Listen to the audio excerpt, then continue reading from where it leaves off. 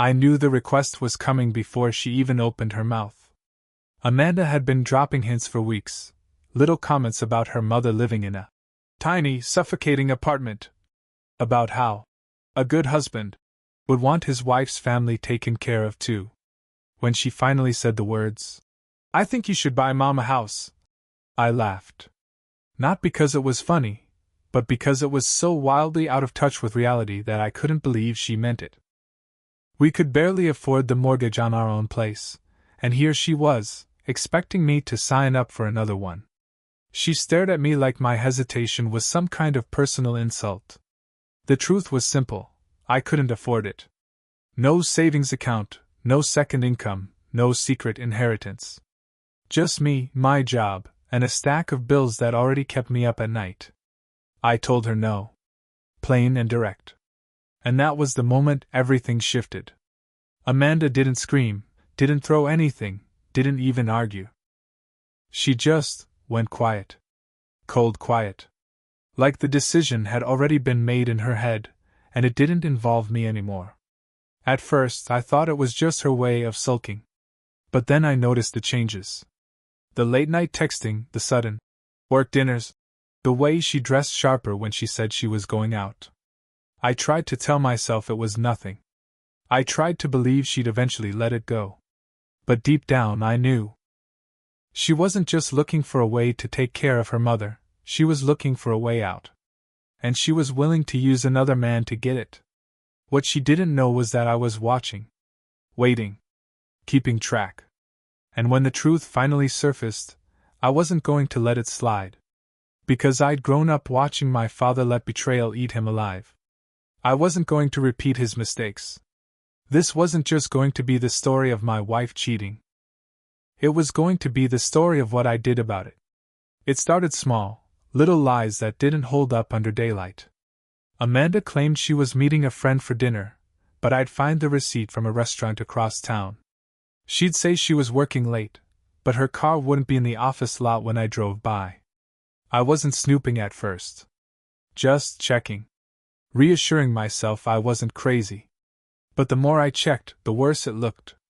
One night, I overheard her on the phone. She was talking in that low, careful tone people use when they know what they're doing is wrong. I didn't catch every word, but I caught enough. "You'd be better for me, not just me, for Mom too." That's when it clicked. She wasn't just cheating. She was auditioning. Shopping for a man who could replace me, one who could take her and her mother in like some twisted 2-for-1 deal. The realization burned through me like acid. Not just because she was betraying me, but because of how transactional it all was. I wasn't a husband to her. I was a rung on a ladder she thought she could climb higher. I stopped confronting her lies.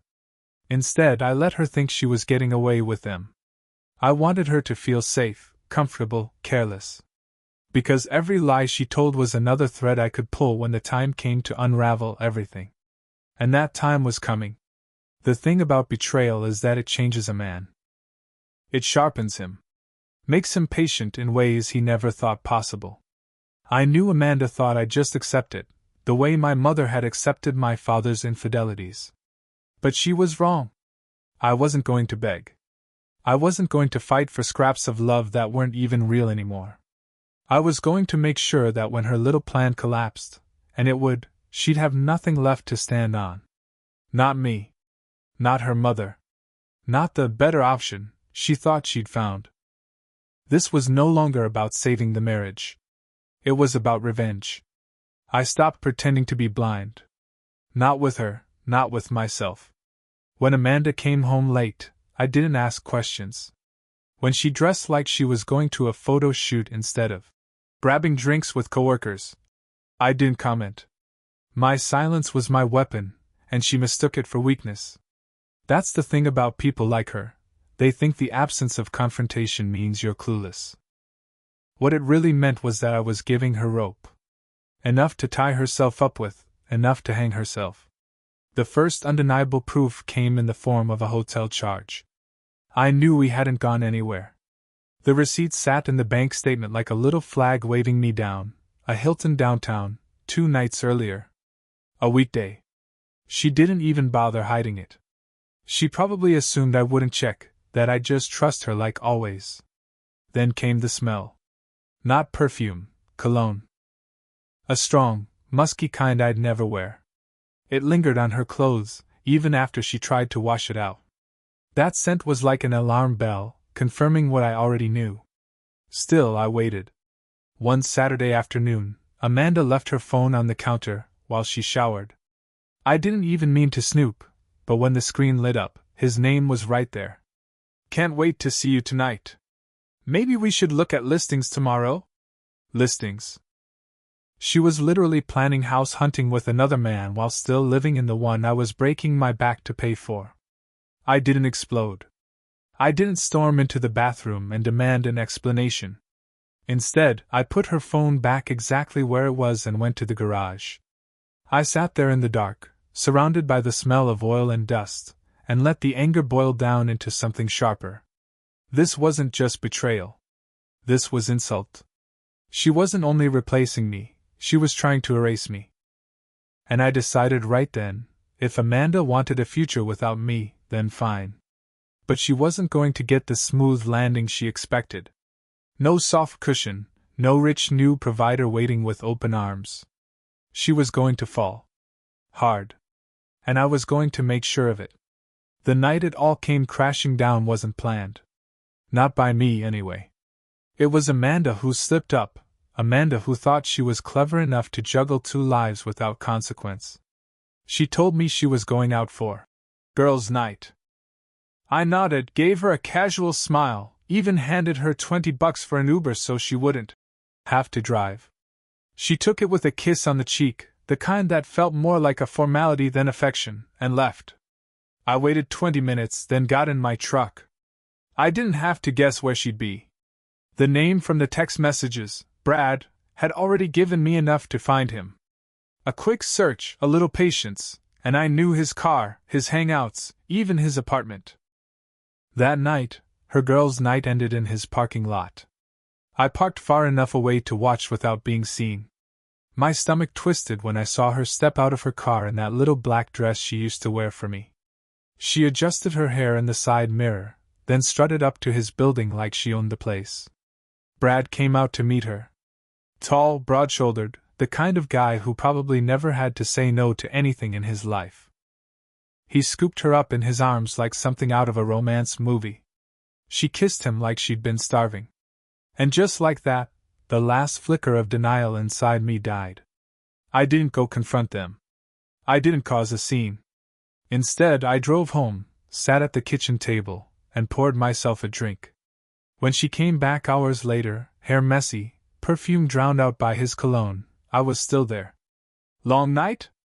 I asked, calm as if I were asking about the weather. She froze. I could see it in her eyes, that flicker of panic, the mental scramble to craft a lie quick enough to save herself. But she didn't realize it was already too late. I slid the bank statement across the table. The hotel charge circled in red. Her phone buzzed right on cue, Brad again, his name glowing in the dark. Amanda's face strained of color. For a long moment, neither of us said anything. Then she broke the silence with the worst defense imaginable. "You couldn't give me what I needed." "He can." That was it. No apology, no regret. Just justification. Like she was the victim here, and I was the one who'd failed. I didn't yell. Didn't throw anything.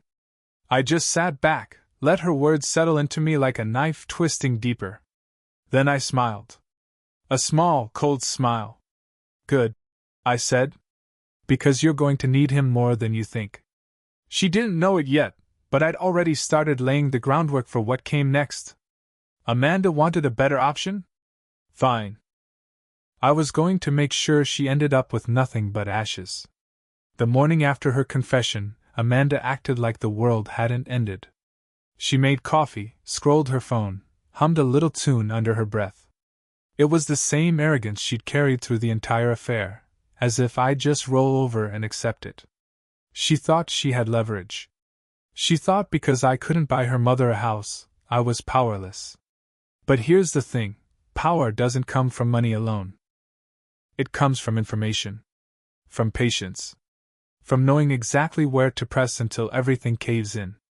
And I had all three. First, the finances. Amanda didn't realize I'd already separated my accounts months earlier when her spending habits started to spiral. The joint account, the one she thought funded everything, had just enough for groceries and bills. My real savings, my retirement fund, even my emergency cash, were all under my name alone.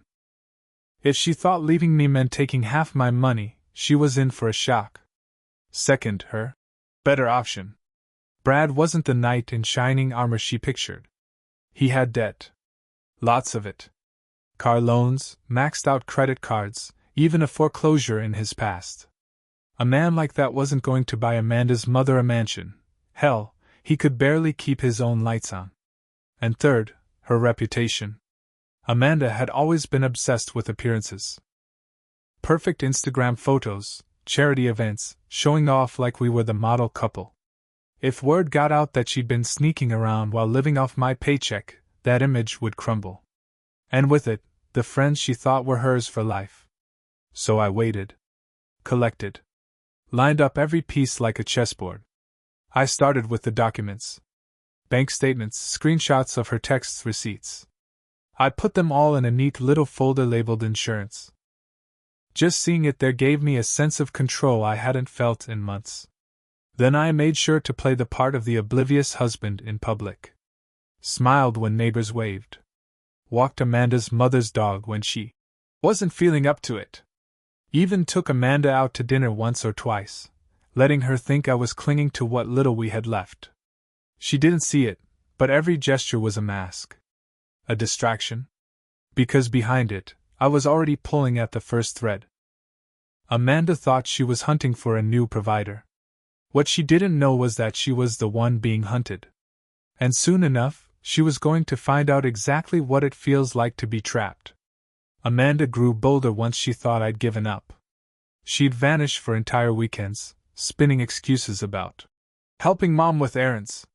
She'd come home with bags from expensive stores, clothes I knew she couldn't afford on her own salary. I didn't confront her. I let her dig. Every lie she told became another nail I'd eventually use to seal her in. The first move was financial. Quietly, I transferred the title of our house into a trust under my name only, something she had no clue was even possible. I had started the paperwork long before the affair broke open, just in case. Now it was finalized. She thought she was sitting on half a home. In reality, she had nothing. Next came the social angle. Amanda lived for approval, for the illusion of being admired. She wanted people to believe she was the devoted wife, the selfless daughter, the woman who deserved admiration. So, I started whispering. Nothing loud, nothing dramatic. Just small, measured truths delivered to the right ears. A friend at church. A neighbor who'd always liked me more than her. A coworker who happened to cross paths with me at the hardware store. She's been spending a lot of time with Brad lately.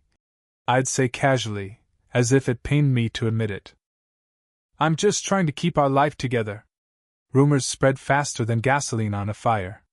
Within weeks, Amanda started noticing the sideways glances, the polite smiles that didn't reach the eyes. She asked me once if I'd heard anything. I shrugged and said, "People talk. I wouldn't worry about it." Then came Brad. I knew he wasn't the man she thought he was. What I didn't realize was how quickly he'd crack under pressure. His debts were worse than I imagined: payday loans, back rent, even a suspended driver's license. So, I made an anonymous call. One tip to his employer about his questionable conduct, backed up with the screenshots I'd collected of him bragging about Amanda. And suddenly, Brad was out of a job. Amanda didn't know it was me. She just knew her golden ticket was suddenly tarnished.